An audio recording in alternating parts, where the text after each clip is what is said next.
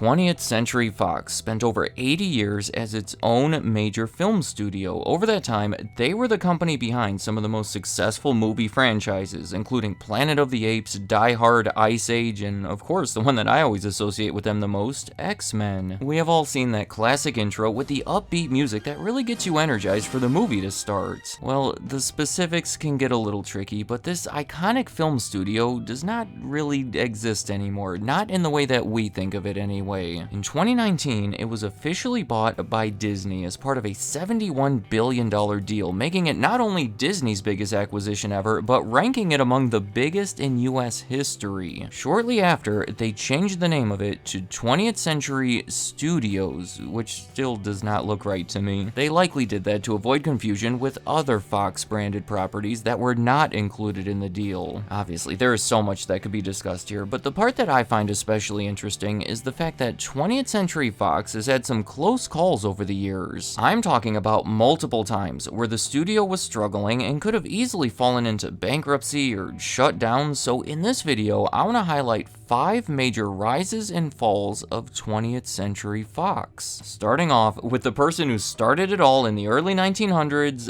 William Fox. Remember, it was still the early days of the industry when 5-cent Nickelodeon theaters were just starting to pop up around the country. Well, he bought one of those cheap theaters in Brooklyn and built the business from there. Over the next decade, he turned it into a small chain and started producing and distributing movies to be shown in those theaters. In 1915, he brought all of his operations together under the Fox Film Company, moved production across the country to Hollywood, and helped establish some of the first big movie stars. By the late 1920s, William Fox was one of the most powerful people in the industry, estimated to be worth around $35 million. His chain of theaters had grown to well over 200 of them, and he was in the process of acquiring Lowe's Theaters that would have added another 175 of them, along with competing film studio MGM. That is going to lead me right into the first fall, because 1929 was a terrible year for William Fox. Yeah, listen to all of this. Right after he had borrowed a bunch of money to fund that acquisition and upgrade his theaters for sound, the stock market crashed, leading into the Great Depression, obviously hurting theater sales and greatly diminishing his net worth. That MGM deal never happened due to antitrust concerns. The theater chain was later sold as part of a bankruptcy, and on top of all of that, he was injured in a major car crash where he required a blood transfusion. The following year, he was removed from the company as creditors took it over. So the person that the company is named after has not been involved in it for quite a while now. I also want to mention, to pile on top of that, in the 1940s, he was charged with conspiracy to obstruct justice and defraud the United States as part of his bankruptcy trial, where he ended up serving less than half of a 1-year prison sentence. But going back, by the early 1930s, the Fox Film Company was sort of dying out before it was brought back to life by 20th Century Pictures. That was a production company on the rise, recently co-founded by Darryl Zanuck, who had previously been the head of production at Warner Brothers. So here, he became head of production at the newly formed company that was given the combined name 20th Century Fox. This right here is where the name originated and that iconic intro was first shown. Potentially, their biggest actress at the time was a young girl named Shirley Temple, who starred in multiple popular movies that made the studio a lot of money and helped define its new identity. Director John Ford also made some big movies for them, and the Fox name was re-established as a much different and once again stable film studio. But you will not be surprised to learn that that success was short-lived, and by the 1950s, Fox was having trouble. Probably the biggest reason behind it is pretty straightforward: the rising popularity of televisions. Most families were buying TVs for the first time, so they were staying at home to watch it instead of going out to the movies. Realistically, that was a bad time for most of the industry, but Fox arguably handled it better than most. It was a modest recovery, but I'm still going to say that their next rise was centered around the actress Marilyn Monroe. In 1950, Fox released potentially their most successful movie to that point, All About Eve. It was nominated for 14 Oscars and won Best Picture. To this day, over 70 years later, Titanic is the only other movie that has ever done that, which, by the way, was also co-produced by Fox. Aside from the success of the movie itself, All About Eve is considered to be the breakout role for Marilyn Monroe, who went on to star in a bunch of successful movies for Fox. Also, CinemaScope helped differentiate Fox. It was a lens technology that created a wider aspect ratio, basically a response to televisions. It was trying to give people a different experience when they go out to the theater. It was first used in the movie The Robe in 1953 and is credited as being a big reason that the widescreen format became the standard for movies. For the next fall, I may be exaggerating a little bit to say that one movie was responsible for it, but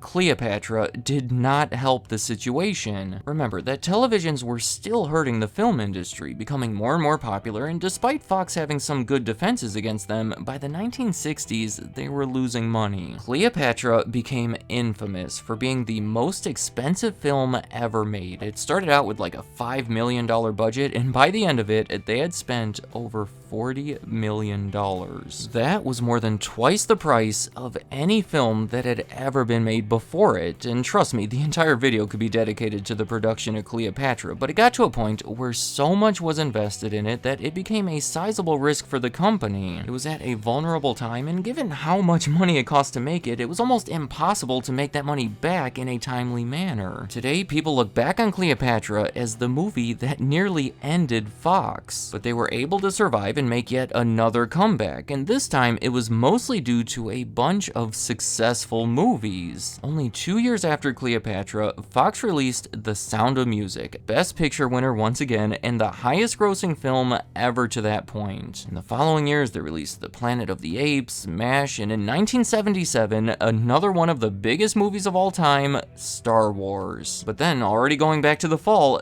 that was followed by a line of unsuccessful movies. George Lucas, creator of Star Wars, had made a deal with Fox where he sacrificed part of his salary from the original movie in exchange for sequel and merchandising rights to the franchise. So even though The Empire Strikes Back and Return of the Jedi were massive hits, Fox only made money from distributing them. In 1981, Fox was sold to two wealthy businessmen named Marvin Davis and Mark Rich. Shortly after the sale, Mark Rich had a lot of legal issues where he was charged with multiple crimes, including tax evasion. He fled to Switzerland, so Marvin Davis was able to take full control of Fox for a low price. Clearly, most of that was not ideal for the company, and like I said, they were not exactly releasing the most profitable films during all of it either. I think it's wild how a company could be involved in such a cultural phenomenon like Star Wars and be doing so badly just a few years after. The final rise on my list is going to be Rupert Murdoch. In 1984, he bought half of the company from Marvin Davis, and the following year, he bought the rest of it. If you are not familiar, Rupert Murdoch was already a massive figure in media. In the 1950s, his father left him a newspaper company in Australia when he was 21 years old, and over the following decades, he progressively scaled that company by acquiring other newspapers. Notably, he bought the New York Post in 1976. Well, here he bought Fox as a way to expand that media company to include movies and television in a major way. And this is where things start to get a little confusing, because up until Rupert Murdoch's involvement, the name Fox was only associated with 20th Century Fox, the film studio that I've been talking about this entire time. Well, shortly after he took it over, he used other assets to launch the Fox television network, which really kicked off a trend where major movie studios would join together with TV networks. Over the next few decades, it all just kept growing. A few of the highlights would be launching FX in 1994, Fox News in 1996, and acquiring the parent company of the Wall Street Journal in 2007. In 2013, he split the company into two parts, essentially separating the newspaper business from the movie and television business, where, confusingly, 20th Century Fox was now owned by a company called 21st Century Fox. I don't know, I'm just trying to convey that Rupert Murdoch took a declining movie studio and put a lot of effort into rebuilding it and expanding the brand. To finish off the list, the final fall of 20th Century Fox, well, I have to say, was due to the merger with Disney. But I do want to qualify this by saying it all depends on how you look at it. On one hand, the studio as we all knew it is effectively gone. It has a different name and is under the control of a different studio. As of that deal, the Big Six were reduced to the Big Five. But on the other hand, Fox and Disney have joined together various puzzle pieces and made a lot of Fox properties bigger and more available than ever before. When Disney acquired Marvel back in 2009, Marvel had already sold the X-Men movie rights to Fox, so here they were all together again. Disney had acquired Lucasfilm back in 2012, so this deal brought Fox back together with Star Wars after all those years. Fox was one of the originators of Hulu, the streaming service. Disney had bought a minority stake in it, and after the big merger, they took majority control. And really, when you get down to it, streaming was the big motivation behind all of it. When the Fox deal was finalized, Disney Plus was only months away from launching, and acquiring control of Hulu, along with numerous other properties that could be included on the platform, would make Disney Plus much more attractive to users. The big concern at this point is that Disney may be growing too big, right? The movie industry was already mostly dominated by 6 major studios, and they took over one of those studios. If you want to hear more about the size of Disney, I actually made a video about it back when the Fox deal was happening, so that is all I'm going to say about it for right now. Let me know in the comments, what do you think about 20th Century Fox and all of these rises and falls that they have been through? To me, it is inspirational in a way to think that they have overcome so much to deliver all of this content to the public, stemming back to the early 1900s. But then, at the same time, a lot of the issues seem to have been avoidable to an extent anyway, and Fox probably could have been a little more stable. Also, I'm curious, what do you think of the current state of the company, and where do you see it all going in the future? I imagine that the Fox name may slowly be forgotten when it comes to movies anyway, as people associate it more with their news channel and everything else that still holds the name. And any other thoughts you have about 20th Century Fox or anything else in this video, leave them in the comments. I'd like to hear what you have to say. Thank you for watching.